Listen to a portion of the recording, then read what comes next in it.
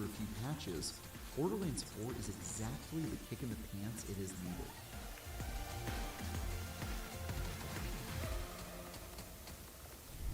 Executive Reviews editor Tom Marks here with Travis Northup, our reviewer for Borderlands 4, to talk about your review, your tastes in the genre, that sort of thing. We've talked to you a couple times for these review interviews, Travis, but I think this is the first time that we've talked to you about a looter shooter, which is weird to me because I almost see that as your bread and butter genre. You've been our Destiny 2 reviewer forever. You reviewed Tiny Tina's Wonderland and the Borderlands saga as well. A bunch of other shooters who are well-versed in this genre. So I guess let's start with the basics. This game is a bit Why bugged, did you man. want to review Borderlands? What drew you to this series and actually wanting to review it rather than just be playing? Yeah, as you pointed out, I sort of cut my Testing 1 2 3 audio. Testing 1 2 3 audio. Testing 1 2 3.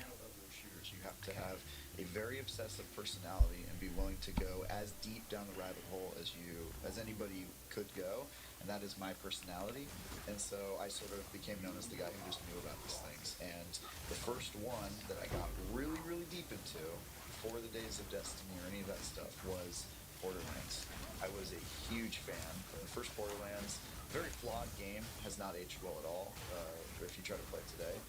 But it was the first one of its kind. Let's take the idea of a Diablo-like ARPG and let's make that a first-person shooter. And to me, that was like the dream game I had always hoped would one day become a real thing.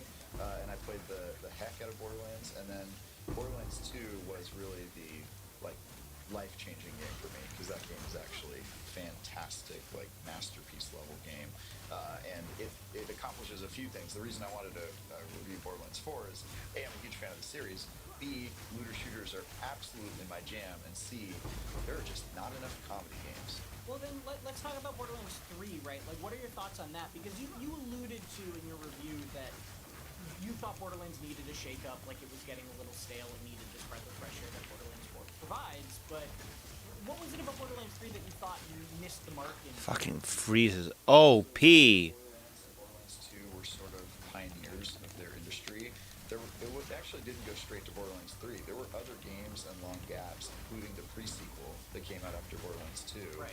And the pre-sequels, I sort of feel the same way I feel about Borderlands 3, which is that it was fine and it was a lot of fun, but it really did not do anything to move the genre forward. And by the time Borderlands 3 came out, Borderlands as a series was starting to feel like it was way behind in the genre that it pioneered, right? And so a lot of stuff happened in between Borderlands 2 and 3. There was pre-sequel, which was basically just hey, here's more Borderlands 2 while you wait, right?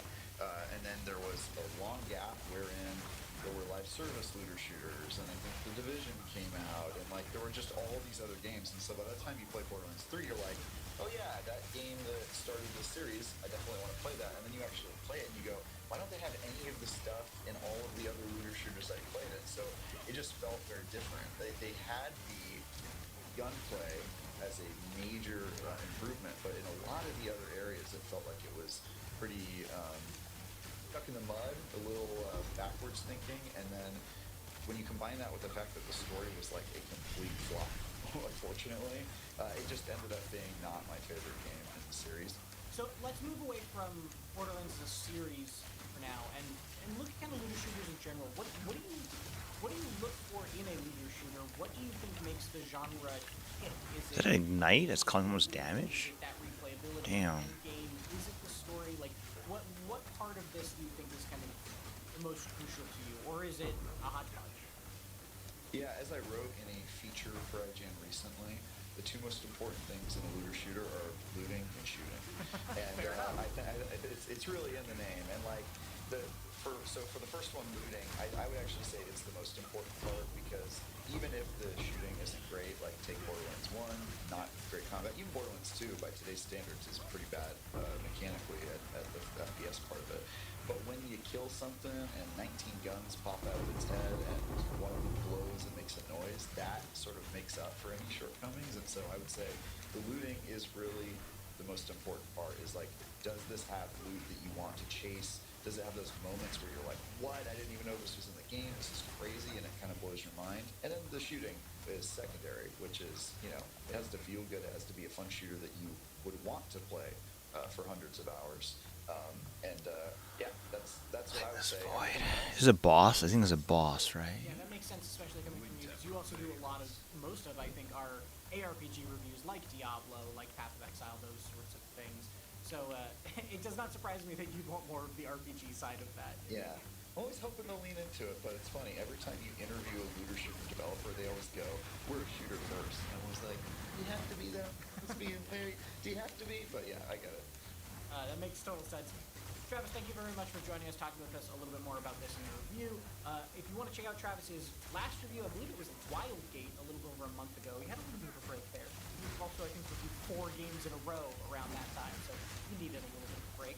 And then for a different kind of action game recently, we reviewed Lost Soul Aside, so you can check that review out as well. For everything else, goodbye, Jane.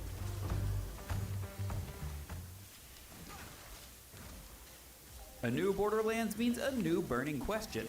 Which class should you play? Rise! I'm your Grim Reaper. Since each Vault Hunter has 3 action skills, each of which is a skill tree, there's a pretty wide variety in terms of playstyles within each class. After some time at the final game, here's our breakdown of each Vault Hunter so you can decide who's best for you in Borderlands 4. Not one. This guide was written by 4 different staff members, so I'll be tossing to them for their individual sections. But first, let's go over who I chose to play as. Vex, the Siren. You've overstayed your welcome. Vex is a lot of fun if you enjoy wreaking havoc and commanding units from a distance. At times, it felt like a light version of an RTS since 2 of her trees focus on phantoms or creatures that fight alongside her. Vex's trait, Phase Covenant, attunes her action skill and melee damage to whatever element gun she's using. It makes her uniquely adept at harnessing a variety of elemental damage types, and she can even apply a status effect when using kinetic weapons without elements. Yeah, as we'll cutting. see in a bit. Vex has 2 action skills that allow Yes, her yes. to control other units on the field, and a third that condenses power into herself, if you'd rather not fuss with other creatures. Dead Ringer allows Vex to create clones of herself with various uses, like drawing enemy aggro or multiplying damage. You can summon up to 3 clones, and they don't have to be all at once, so you can only send them out when you need them. There are 2 types of clones you can summon: Spectres, who can't move but can shoot enemies, and Reapers, who are mobile, pull aggro, and use melee attacks. The later augments and capstones in the tree give new skills or buffs to your various minions, like giving one of your Spectres Vex's current gun, or spawning a much more powerful Grim Reaper. There's also a unique capstone called Dark Pact that actually gives Vex 2 augment slots, as well as extra buffs to minions. If you want to feel like a battlefield commander, delegating death from a distance, Dead Ringer may be what you're looking for. Rather than focusing on creatures or clones that Vex can summon, Incarnate focuses the power on Vex herself, becoming an incarnation of her abilities. She lets out a damaging phase explosion upon activation, gains various buffs when in this state, and the use of an offhand ability, Eldritch Blast. Unique to Vex is also the ability to apply Bleed as status effect damage while using kinetic weapons, meaning you're not beholden to elemental guns. And there are useful passives that let you lean into that if you just can't get the weapon drop you need. Dealing gun damage reduces Eldritch Blast's cooldown by a huge amount, even right from the beginning. So much of your Incarnation playstyle will be balancing firing off Eldritch Blast with your offhand and shooting with the other. What your Eldritch Blast actually does depends on your later augments and capstones, as it can restore shields, refill your ammo, ricochet, use your own health to increase its damage, or even What? damaging fields.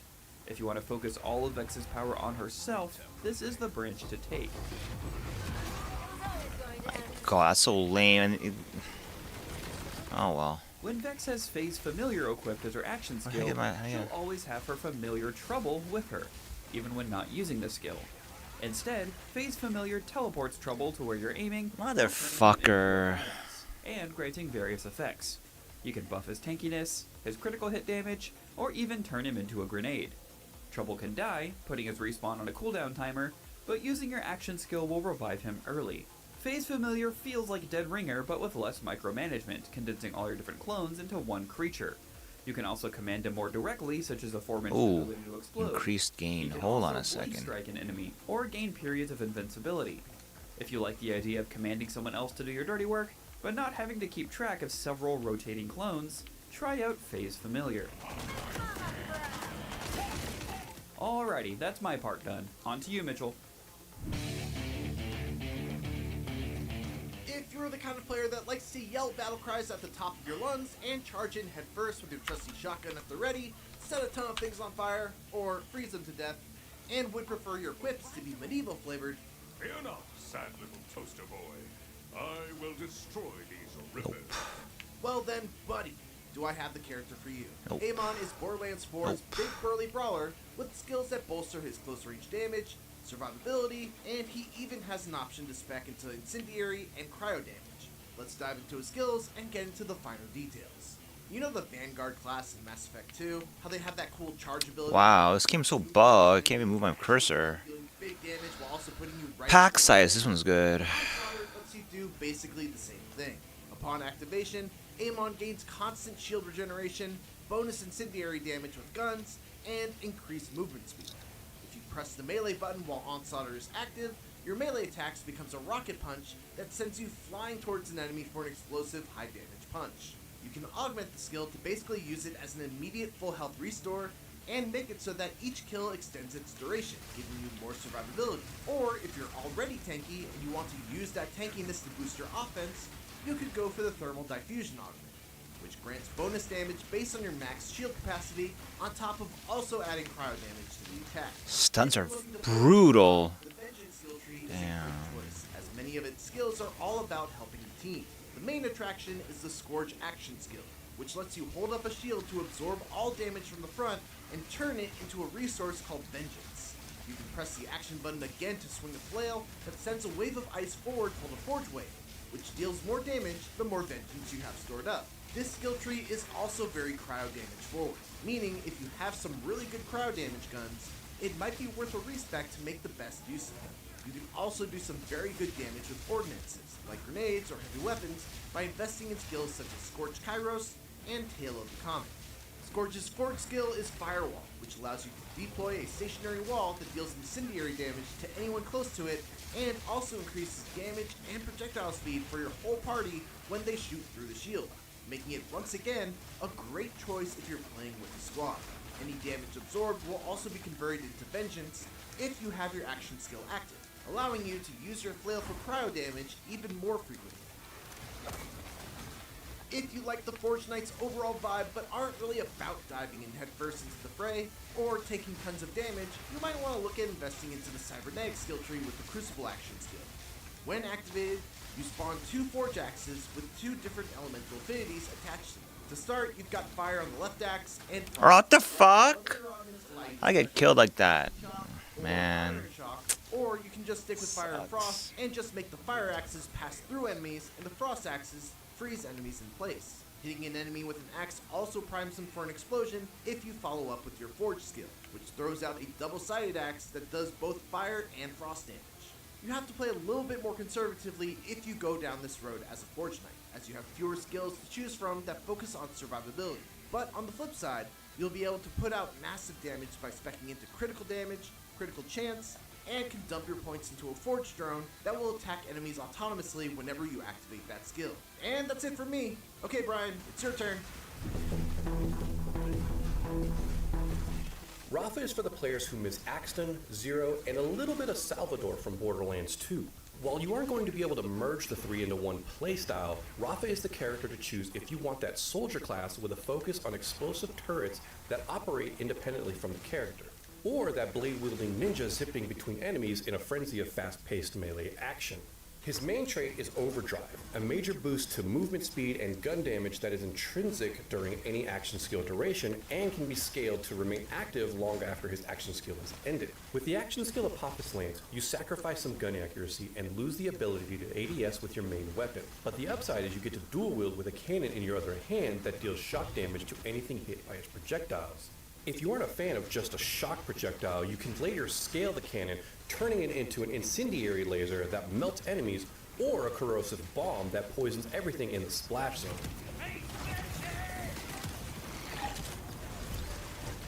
Do you like guns with your guns? Well, then the Peacebreaker cannons are what you're looking for. The cannons are mounted on Rafa's back that shoots enemies as you move throughout the playing field. They'll mostly target enemies within your line of sight, but can and will target enemies that you may not be shooting at with your main hand weapon. These turrets can be augmented to shoot countless bullets, send out copies of your grenades, dish out rockets at nearby enemies, ricochet from a distance, and even detach to fire at enemies from their set location. Rest in peace, Roland.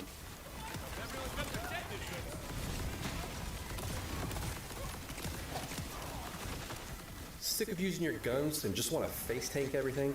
Arc Knives it is. This action skill will have Rafa put his weapons away and him into third person, wielding a set of large knives on either arm.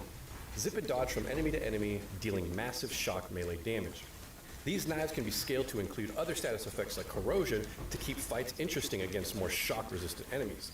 Fret not, however, you don't have to go it alone with the Arc Knives. As you progress through the skill tree, damaging enemies with the blades will spawn drones. 182 volatility is going insane. For added corrosive infliction. Alternatively, you can spin to win. Oh my god, look at that volatility.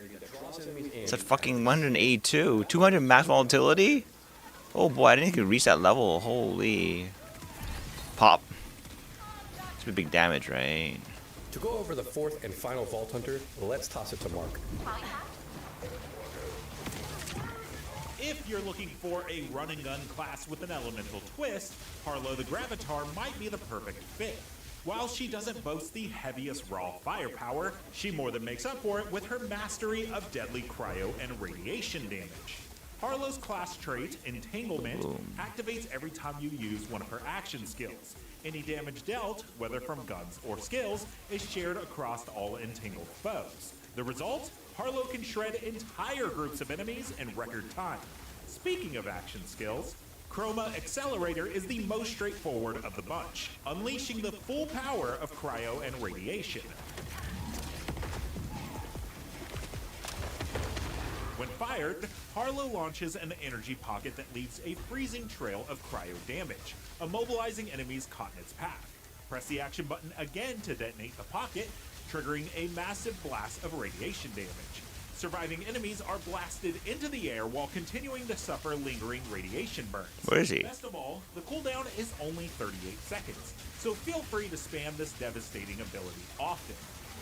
I think a little chaos is in order. To further enhance the Chroma Accelerator, the Creative Bursts skill tree offers several early buffs worth considering.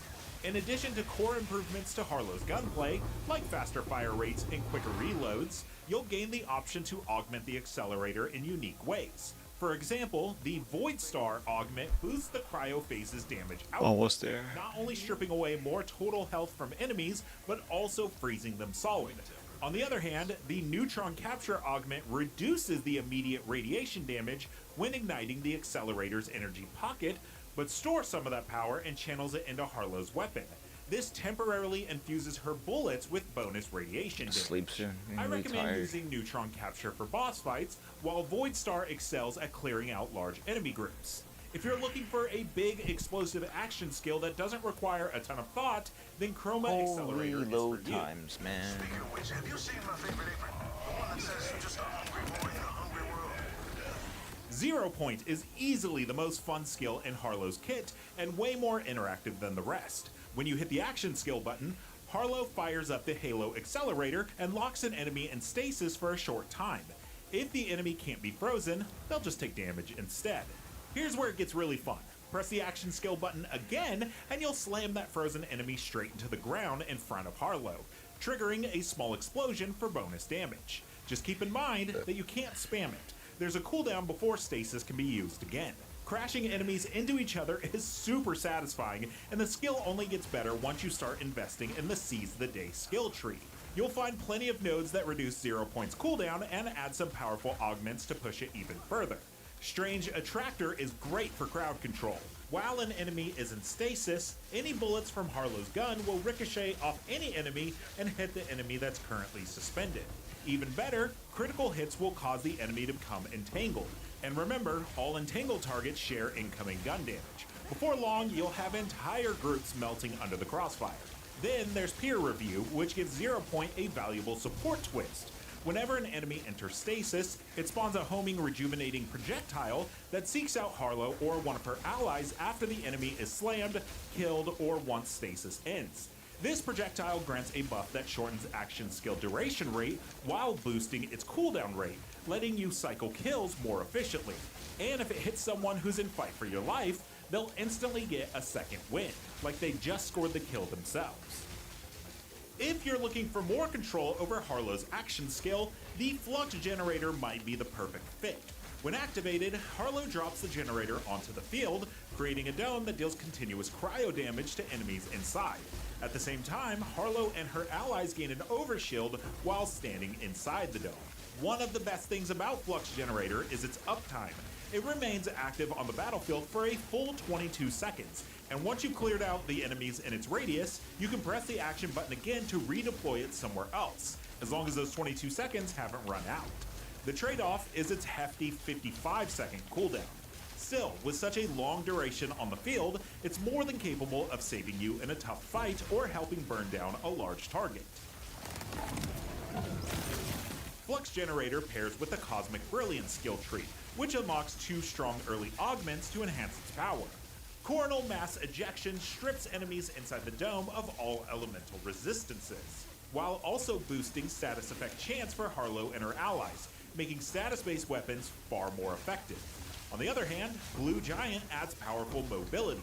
Each time you retrieve the generator, it leaves behind a cryo hazard that freezes enemies in place, and when you redeploy it, a radiation hazard erupts at the new location. For general play, I recommend using Blue Giant during big crowd control moments where you need to lock down waves of enemies. Switch to Coronal Mass Ejection against tougher, resistance-heavy foes to shred their defenses and maximize your team's status damage. And that's Harlow in all her chaotic, cryo-radiated glory. Whether you're freezing mobs, slamming bosses, or saving your squad with some slick support skills, the Gravatar always finds a way to steal the spotlight. Alright, Ronnie, close us out. Thanks, Mark, and thank you all for watching. We hope this guide helped you make the most important decision you'll be faced with when booting up Borderlands 4. For more on Borderlands, make sure to check out our ever-expanding wiki on IGN.com, and for everything else gaming, you're already in the right place. IGN. Alright, level 91 finally. In Borderlands 4, you're choosing between 4 unique and vault hunters. Thanks for They have the biggest skill trees we've ever seen in a Borderlands game. In fact, has a bigger tree than 1, 2, and 3 combined. In this video, we'll be deep diving into Vex, a cynical siren with demonic powers. We'll be running through her 3 action skills, how they can be modified with augments and capstones, her 3 skill trees, their skill paths, as well as all the passives and how they combo together with her kit. This is going to be a huge video, so buckle up, drop a like and follow, ×2 playback speed if you just want to see the skills, and hopefully, by the end, you'll know if Vex is the Vault Hunter for you. First, each Vault Hunter Game's gets too a unique expensive though. 9,000 yen is really pricey for a game. Converting all action skill and melee damage Just wanna into play it, that though. type. Kinetic or physical damage still counts in this case. Just gonna So, say add you have a corrosive weapon, your action skills will 1 do corrosive point damage as well as your melee and- attacks. Meaning that if you play Vex, you should keep an Let's go to eye on sleep which soon, one of your actually. Vex you have equipped, and try to keep a wide range in your inventory. Switching to Shock against shields, for example, benefits Vex more than other Vault Hunters because her skills will get the bonuses as well. However, they also get the negatives, aka damage reduction. So keeping a shock weapon equipped against armor will hurt you more than other Vault Hunters who can simply use their skills without them getting reduced as well. But overall, a powerful trait if you pay attention. Are all to these her being and ways taken? to further Or they this haven't effect taken? in all her skill trees. What do I Let's take go now? through her 3 action skills. The first is Dead Ringer. It has 3 charges. This is pretty good. Minion. You have to Honestly, press left or you right dump click to these choose 3? Inspector or Reaper. Yeah. These clones lose an ever-increasing 75. This happens a lot, right, son? die no matter what you do. Remember how I said you need to pay attention to your traits? 75, 80, 90. Elemental type 4 points, about 25 each, yeah? So if you have an incendiary So it's the same. weapon equipped when you summon one, they'll do fire damage even if you switch to corrosive. The Reaper taunts enemies off you and deals melee damage, while the Spectre fires at range with gun damage but can't move. It has a 35-second cooldown for charge.